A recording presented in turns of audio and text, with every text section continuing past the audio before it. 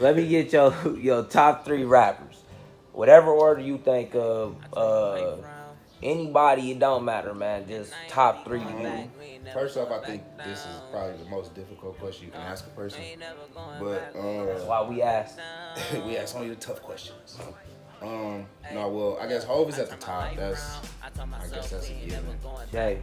And then I'm gonna say Lupe Fiasco. And see, and this is where it gets tricky because I could easily say Kanye, but then I feel like I would be shitting on some of the other people. And Just toss him in. Pause. okay, I'm gonna just go right now. I like this nigga Rex like Raj. He from Oakland. A lot of niggas probably ain't hit to him yet, but I'm just putting him on my top 3 because that's what I'm fucking with right now. Alright. And that's what Jay. What's good, y'all? It's your boy Nirvana Nash bringing y'all another day as Nirvana. Before we get started, make sure y'all like, share, subscribe, everything y'all can do below. Today, I got my man's DJ Kobe with me. Hi guys. DJ Kobe, tell the people where they can follow you at, man. At DJ_Kobe. I'm on Twitter. I'm on Snapchat. If you're on the gram, I'll be on there sometimes. It's just DJ Kobe, all one word. It's a nigga on there that's DJ_Kobe. I'm gonna need you to go report that nigga as spam because he's not even using the page. He just got the handle. He won't give it to me. I messaged him a few times. So I'm gonna need y'all to get on there. So fuck DJ_Kobe on Instagram only. So fuck that nigga. But on everything else, that's him. So he one of the few niggas around this bitch who I actually look at as like, you know, inspiration. Nigga can actually make a couple of tracks here and there. Unfortunately, that nigga only give us 7 tracks every CD that he put out. What was that first one? All Things Considered. All Things had 12 songs. It did have 12, but you weren't really on nothing but like what, 1 or 2? I was on one of them, but I ain't rap or anything like that. Yeah, But man. I wrote on almost every song on there. Or I had some influence on it. No, the CD was fire. So first off, this how I first met the nigga Kobe. Is that I just popped up over this nigga Driz crib, they crib. This nigga like, hey, you want to hear I ain't never met this nigga before in my life, bro. But you know, of course, with the internet and shit, I done seen him. I don't know if you ever seen me out there, but regardless of the fact, I'm like, yeah, listen to the CD. Nigga got hits on the CDs. That's first off. So I was just like, oh yeah, this nigga actually sweet. So then I'm like, I gotta be on this nigga next CD. Next CD come round, bro. The next CD come round, bro. I laugh. I'm like, okay, cool. See where this is going. I'm like, cool. Okay. I'm about to just, you know, go over there. Right. I ain't gonna try to, you know, go too crazy because I'm trying to stay within the parameters. Knowing, I'm like, bro, I'm about to write a whole bitch.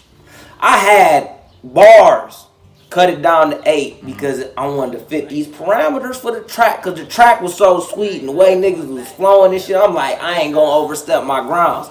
Kobe like, all right, y'all, good shit, man. We all laid our little parts down, went about our day. Boom, I'm feeling hella good. I'm just really looking at this nigga when he asked us to come back over to listen to the shit, just like, you did that on purpose, bro. Can I tell my part of the story? He knew exactly. He already had his bars. I'm under the belief he had his bars. Before we got there. I promise. But listen, so this what happened. So they came, dropped their song. I did tell them all that I needed 8 bars from them, even though Del Gotti raps like 12. Oh. So this what happened. So they recorded the song. It wasn't the next day. It was a couple days. Y'all came on like a Tuesday. I dropped my verse on like a Friday afternoon. But I went to the barbershop. I lived, well, at the time I had lived maybe like a couple blocks from it. So I was walking back from the barbershop and I was listening to the song. I only had the beat because anybody who does music with Lex know getting Lex to send you the music is almost like having to murder someone. So he didn't send me the song, so I only had the beat. So I'm walking and I'm listening to the beat. And as I'm walking, you know what I'm saying, I catch a little vibe. So it's maybe only like 2 blocks, so I don't even finish the verse. So in the verse, when I get to the, what part is it? I don't know, but I didn't have nothing to write it with. So I'm walking and I'm just remembering the bars. So when I get back to the crib, I actually sit down and I start writing. Yeah, I write down the things that I got, and I'm about to pull up the verse because I still got it on my phone. I want to tell you what part I was supposed to end on because I didn't plan to rap this long. We came a long way from Indie Street, bro. No, that's the end. That shit was fire, bro. I'm about to tell you, man. This is what I hate the most. I had to mix the song.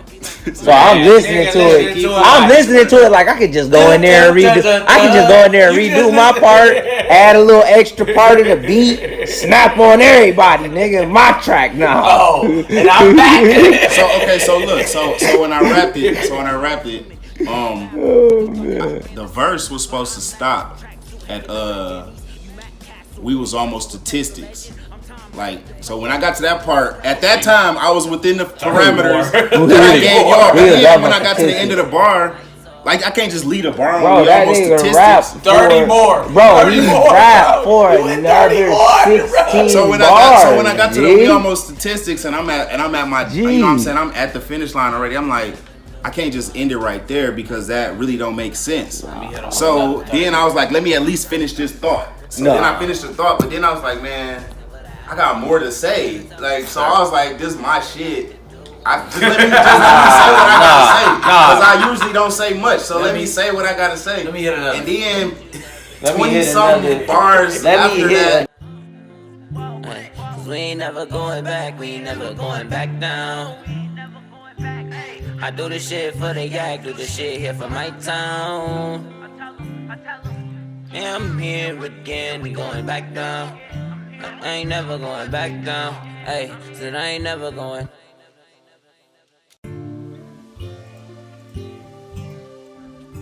Hey, I turned my life around. And I ain't really going back. We ain't never going back down.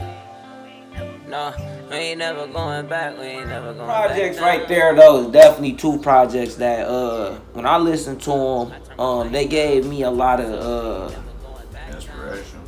not just inspiration, but it made me understand, like, the way I thought about music here specifically, but just in general from local people. It's not as boxed in as just rap music. You know what I'm saying? Because that's one thing that DJ Kobe does bring to the table is it's not just rap music, you know?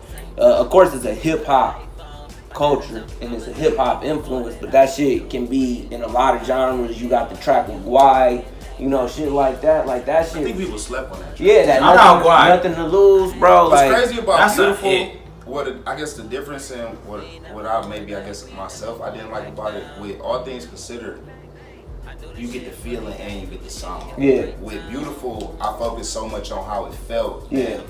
I don't like how it sounds. It doesn't sound how I wanted it to sound when I went into making it. Yeah. So I think in that I didn't maybe promote it the way that I probably could have or probably should have with it because it didn't sound the way. I get that 100%. When you play it, it feels exactly how I wanted it to, but it don't sound No, like I get what you mean. That's how with Cobain, yeah. That's how Cobain was, but with the track, the CD with me and Mike, it was, you know, like listening to it was like it's you know, good, but it's like it's not what I thought it should have been, especially sound wise and shit like that. Like it was something more, or you know what I mean? Like I get it.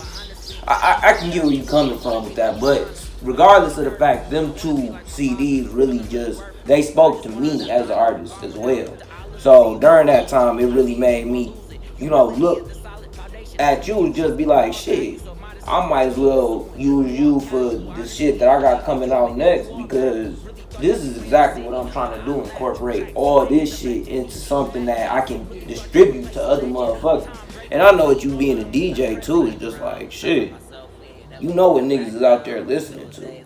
Now granted, you know that I'm not trying to give just that sound and shit, but it's like, shit, you at least can give me that shit like, yeah, this is actually musically inclined at the very least. I think that's why Rough Around the Edges sounds so good. Well, yeah. Let me tell you all about Rough Around the Edges since we telling stories about people finessing. Boom. Man. So my guy comes over. My guy. So my guy comes over. You know, we just running through beats, shooting shit. Cool. I play him this beat. Now, me and Lex made this beat off this Marcus Houston sample. Oh. of this Marcus Houston sample, and I'm like, oh yeah, this that Don't Touch Me right here. This is the Don't Touch Me. So I'm proud of the beat. You feel me? This bitch ride just how I needed to. So I'm playing it for him, and I think I might have played it for a little too long. Nigga over there just played for a little too long. Just a little He too started rapping big. this little lick, and you know what I'm saying? We ended up changing the words, but the melody of it is what we kept. Yeah. That was the beginning of that. I know. Melody is what we Yeah. kept, and then maybe like an hour later, we a verse in, and I'm just sitting here like, this verse hard as fuck. This isn't my song.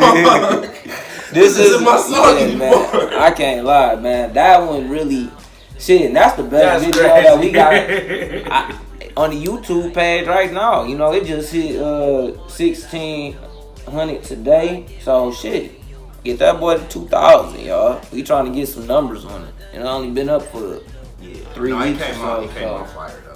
So I think it works better as your record than I could have done. man, I had some hope I think others. that regardless of the fact, when you put two entities in a room and them motherfuckers is working at that caliber on the track, it's gonna be fire no matter what. To be But that's your brother that's singing the hook, right? Yeah. yeah, So I mean, and that shit just came together like And people always be like, why they don't do songs with DG? I'm like, bro, he got one out right now.